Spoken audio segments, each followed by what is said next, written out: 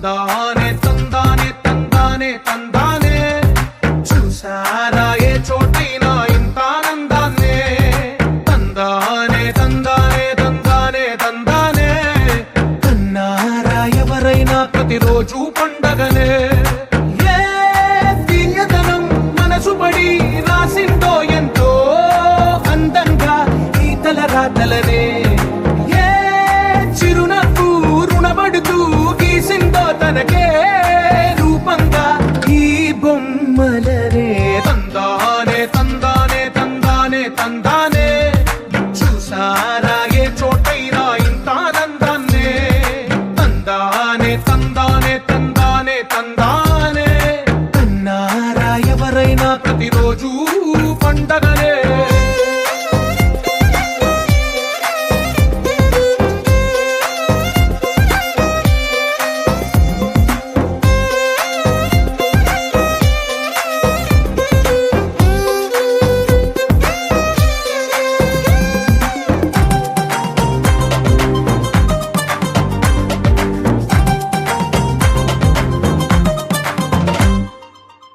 చేతిలోని గీతలే ఒక తీరుగా కలిసుండవే ఒక వేలి ముద్రలో పోలికే మరొక వేలిలో కనిపించదే ఎక్కడ పుట్టిన వాళ్ళో ఏ దిక్కున మొదలైనోళ్ళో ఒక గుండెకు చప్పుడు అయ్యారుగా ఏ దింగిన గాలి పండాలో ఏ తోటన విరిసిన పూలో ఒక వాకిట ఒకటై ఉన్నారుగా తందానే తందానే తందానే తందానే చూసారా ఏ చోటైనా ఇంత ఆనందాన్నే తందానే తందానే తందానే తందానే కన్నారా ఎవరైనా ప్రతిరోజు పండగనే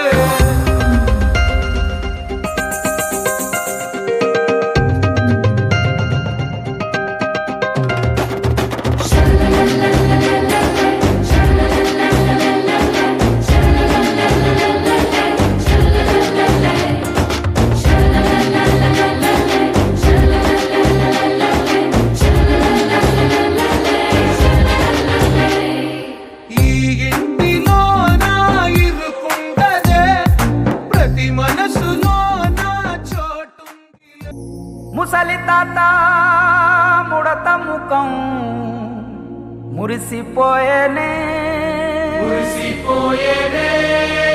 గుడిసె పాక గుడ్డి దీపం మెరిసిపోయేనే రచ్చబండ పక్కనున్న రాములారి గుళ్ళో గంట రంగ రంగ సంబరంగ మోగెనే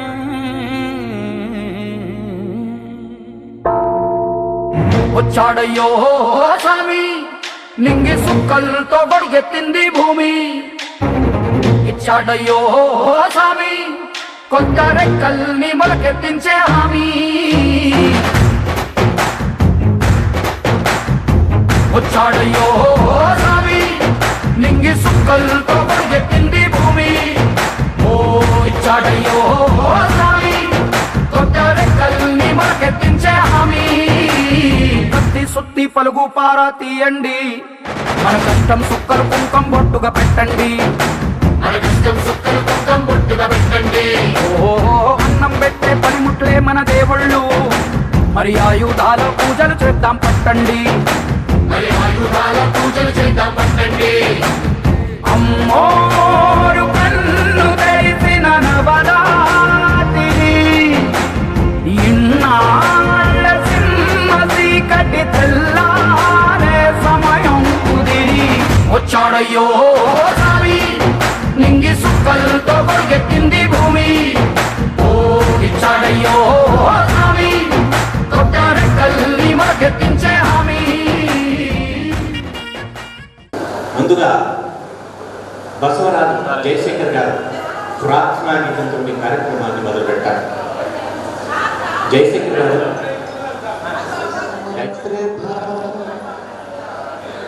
నిర్విఘ్నం కురు మే దేవా सर्वकार्येषु सर्वदा महागणपतिं मनसा स्मरामि महागणपतिं मनसा स्मरामि वसिष्ठवामदेवादिवन्दित महागणपतिं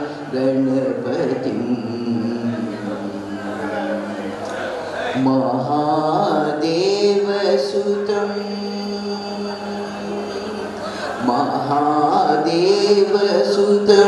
गुरुगुहनुतं मारकोटि प्रकाशं शान्तं महादेवसुतं गुरुगुहनुतं मारकोटि प्रकाशं शान्तं महाकाव्यनाटकादिप्रियं मूषिकवाहनमोदकप्रियं महाकाव्यनाटकादिप्रियं मूषिकवाहनमोदकप्रियं महागणपतिं मनसा स्मरामि महागणपतिं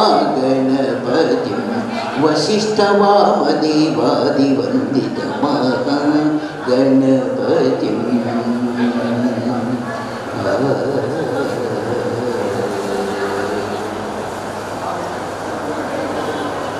థ్యాంక్ యూ జయశంకర్ గారు. పలకలూరు శ్రీరాములు గారిని పుష్పమాలాకృతులను చేయవలసిందిగా వారి కుటుంబ సభ్యులను కోరుచున్నారు.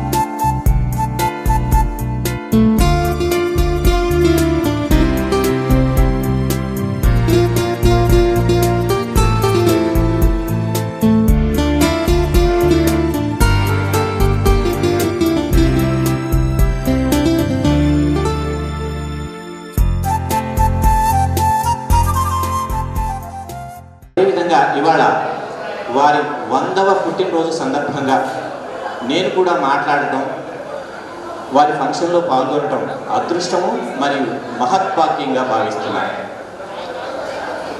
ఇప్పుడు ముందుగా గణపతి స్తుతి. వారి కుటుంబ సభ్యులకు స్వాగతం, సుస్వాగతం. ఈరోజు చాలా విశిష్టమైన రోజు, ప్రత్యేకమైన రోజు. అదే పలకలూరు శ్రీరాములు గారి 100వ పుట్టినరోజు.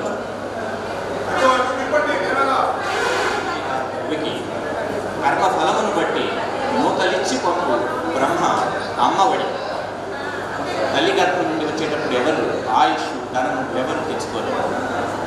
భూమి మీద ఎలా బ్రతకాలి, ఏమి సాధించాలి, ఎప్పుడు నిష్క్రమించాలి అనేది మన పూర్వజన్మ సుకృత ఫలం మీదే ఆధారపడి ఉంటుందని మన పురాణాలు, వేదాలు, ఇతిహాసాలు ఘోషిస్తున్నాయి.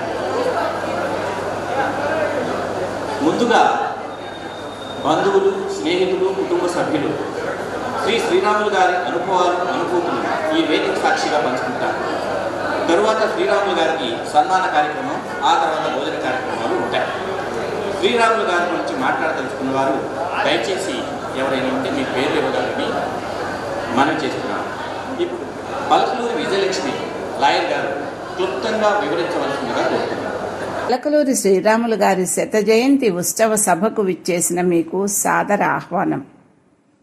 పురుషులందు పుణ్య పురుషులు వేరయ్యా, మనుషులందు మహనీయులు వేరయ్యా అనటంలో ఏమాత్రం అతిశక్తి లేదని మీరే చెబుతారు ఈ మహా మనిషిని చూస్తే. 1925 సంవత్సరంలో మార్చి 10న పానకాలు రామలక్ష్మి అనే పుణ్య దంపతులకు పలకలూరి వంశాంకురంగా ప్రథమ సంతానమై యలవర్తిపాడు గ్రామంలో జన్మించారు పలకలూరి శ్రీరాములు గారు. శ్రీరాములు గారికి 5వ సంవత్సరంలో వారి నాన్నగారు కుటుంబంతో సహా గుంటూరు పట్టణానికి రావటం జరిగింది. ఆయన విద్యాభ్యాసం పాత గుంటూరులో 4వ తరగతి వరకు చదివిన పిమ్మట నగరంపాలెం స్కూల్లో 5వ తరగతి పూర్తి చేశారు. అంతటితో చదువుకు స్వస్తి పలికారు. సరస్వతీ కటాక్షం కలిగిన వారిని ఆ దేవి వెతుక్కుంటూ వచ్చిన రీతి కళల రూపంలో సరస్వతీదేవి వారిని వరించిందనే చెప్పాలి. శ్రీరాములు గారి తండ్రి గారు సన్నాయి విద్వాంసులు కావటంతో వారి తండ్రి గారే వారి మొదటి గురువైనారు. శ్రీరాములు గారి తండ్రి గారు సిరిపురం పాపయ్య గారి వద్ద నాదస్వరం నేర్చుకుని కచేరీలు చేసేవారట.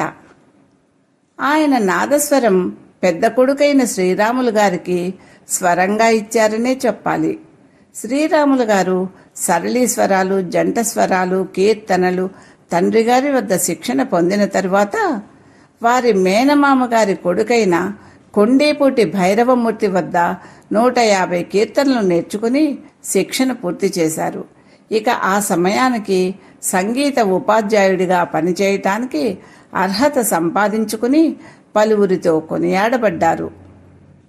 శ్రీరాములు గారికి 1946 సంవత్సరంలో శ్రీరామునికి సీతమ్మల రామతులసమ్మ గారితో వివాహం జరిగింది.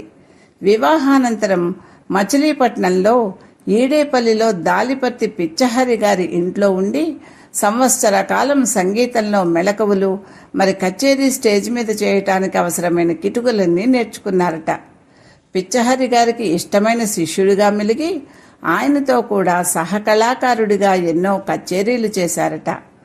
శ్రీరాములు గారికి 25 సంవత్సరాల వయసు వచ్చేటప్పటికి ఒక బృందాన్ని ఏర్పాటు చేసుకుని గుంటుపల్లి సాంబశివరావు గారితో డోలు వాయింపజేసుకుని వలివేటి సుబ్రహ్మణ్యం గారిని సహకారం అందించే విధంగా ఏర్పాటు చేసుకున్నాక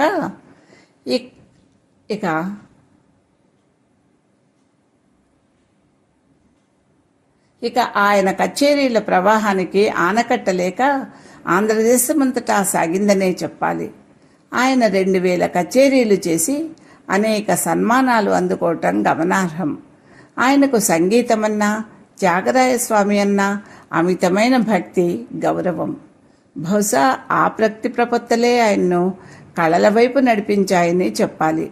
ఒకానొక సందర్భంలో పద్మవిభూషణ్ డాక్టర్ మంగళంపల్లి బాలమురళీకృష్ణ గారు శ్రీరాములు గారికి త్యాగరాజస్వామి పటం బహూకరించి సన్మానించారట. అది ఈనాటికి ఆ పటము ఆయన గదిలోనే భద్రపరుచుకున్నారు శ్రీరాములు గారు. 1969లో అప్పటి కలెక్టర్, జిల్లా మెజిస్ట్రేట్ గారైన ఎం వెంకట్రామ్ గారు శ్రీరాములు గారిని సన్మానించారు.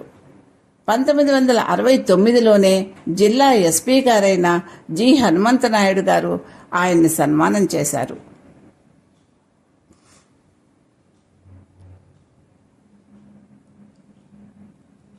ఎన్ని సన్మానాలు గ్రహించినా ఎదిగిన కొద్దీ ఒదిగి ఉండటం ఆయన నైజంగా మార్చుకుంటూ ఎన్ని ఒడిదుడుకులు ఎదురైనా, ఉదాహరణకు భార్య, 2 తమ్ముళ్ళు స్వర్గస్థులైనా బాధనంతా దిగమింగి స్థితప్రజ్ఞత వహిస్తూ కచేరీల ప్రవాహం ఆపకుండా 2021 సంవత్సరం వరకు కచేరీ చేస్తూనే ఉన్నారు.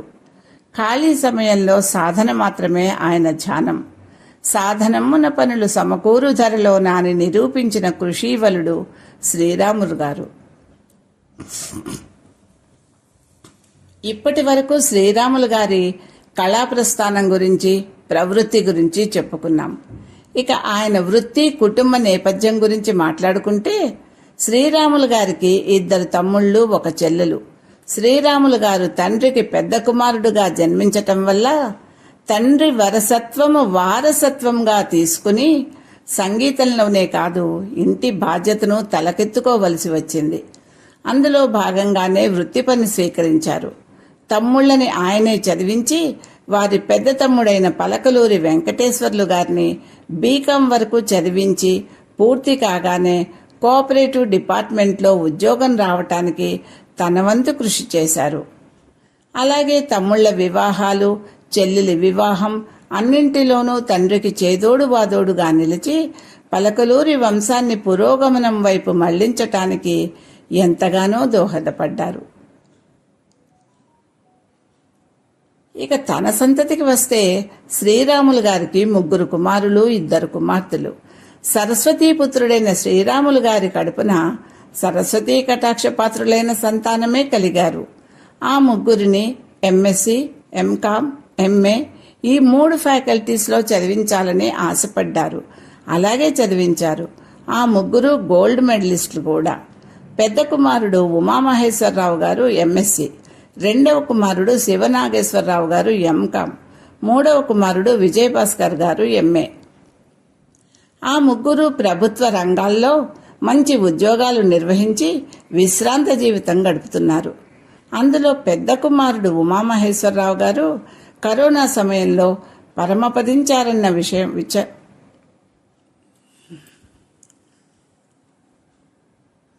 విచారం ఆయన్ను కుంగదీసిన విషయం.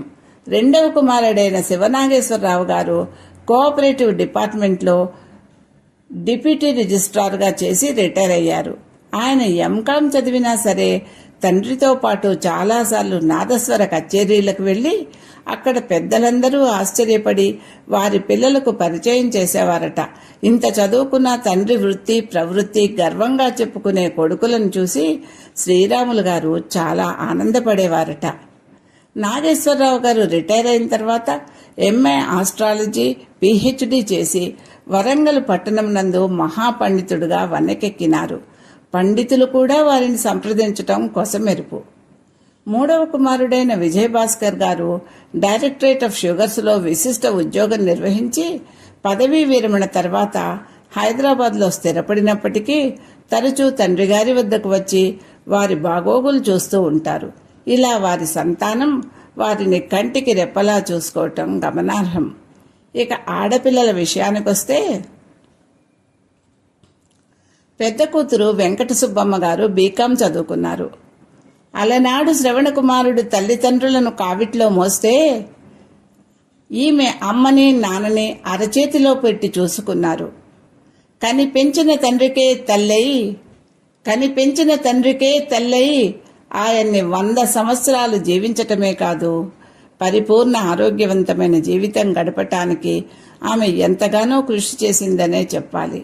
ఆమె సెయింట్ జోసెఫ్ హాస్పిటల్లో అకౌంటెంట్గా 35 సంవత్సరాలు ఉద్యోగం చేయటం వల్ల తండ్రి గారికి ఏ చిన్న అనారోగ్యం వచ్చినా వెంటనే ట్రీట్మెంట్ ఇప్పించటం, డాక్టర్స్ని ఫోన్లోనే సంప్రదించి మందులు వాడటం చేస్తూ అహర్నిశలు తండ్రిని కనిపెట్టుకుని ఆమె చేసిన త్యాగం స్త్రీ జాతికి తలమానికం. 2వ కుమార్తె వెంకటరమణ గారికి 10వ తరగతి పూర్తి కాగానే ప్రభుత్వ ఉద్యోగికి ఇచ్చి వివాహం జరిపించారు. వారికి 2 అబ్బాయిలు, కోడళ్లు, మనుమలు, మనమరాండ్రతో వారు సుఖవంతమైన జీవితం గడుపుతున్నారు. 100 సంవత్సరంలోకి అడుగుపెట్టే సమయానికి ఆయన తమ్ముళ్ళు, మరదళ్ళు, చెల్లెళ్ళు, వారి పిల్లలు, మనుమలు, మునిమనుమలు, కోడళ్ళు, కొడుకులు, మనమరాండ్రతో విస్తరించిన వంశవృక్షం ఇంతింతై వటుడింతై అన్న విధంగా ఎదిగింది. ఆ వృక్షం నీడలో ఆయన ఈ రోజుకి క్రమశిక్షణ నేర్పుతూ, సంగీత పాఠాలు నేర్పుతూ, అలుపెరుగని బాటసారిలా సాగిపోతూ ఉన్న ఆయన జీవితం అందరికీ ఆదర్శప్రాయం. క్రమశిక్షణ అంటే ఇక్కడ ఓ విషయం గుర్తు తెచ్చుకోవాలి. శ్రీరాములు గారికి ఈ రోజుకి ఆరోగ్యంగా ఉండటానికి ఆయన ఎంత దూరమైనా నడిచే ప్రయాణించేవారు. ఇన్ని సంవత్సరాల్లో అనారోగ్యంతో మంచాన పడ్డ రోజు నేనెరుగను అంటారు ఆయన.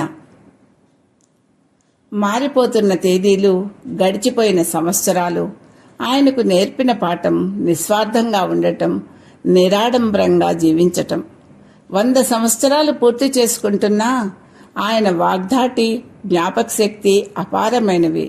అంతేకాదు ఆయన దేశభక్తుడు కూడా. దానికి నిదర్శనం ఆయన ఇంటిలో నెహ్రూ గారు, సర్దార్ వల్లభాయ్ పటేల్, గాంధీ, ఇందిరాగాంధీ పటాలను ఫ్రేమ్ కట్టించుకొని ఇప్పటికీ జాగ్రత్తగా ఉంచుకోవటం.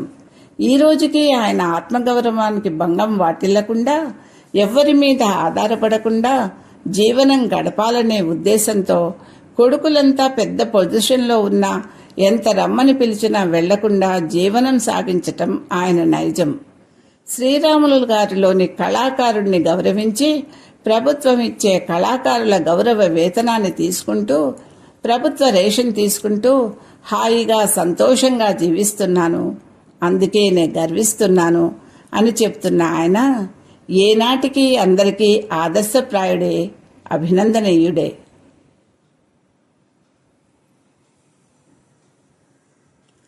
శ్రీరాములు గారి శత జయంతి ఉత్సవంలో పాలు పంచుకుని వారి గురించి మాట్లాడే అవకాశం వచ్చినందుకు ఆనందిస్తూ, మా కుటుంబ సభ్యులే కాకుండా మిత్రులు, శిష్యులు, చుట్టాలు, పరిచయస్తులందరికీ వీరి ఆశీస్సులు కలగాలని, వీరు ఇంకా ఆనందంగా ఆరోగ్యంగా ఉండాలని కోరుకుంటూ సెలవు తీసుకుంటున్నా.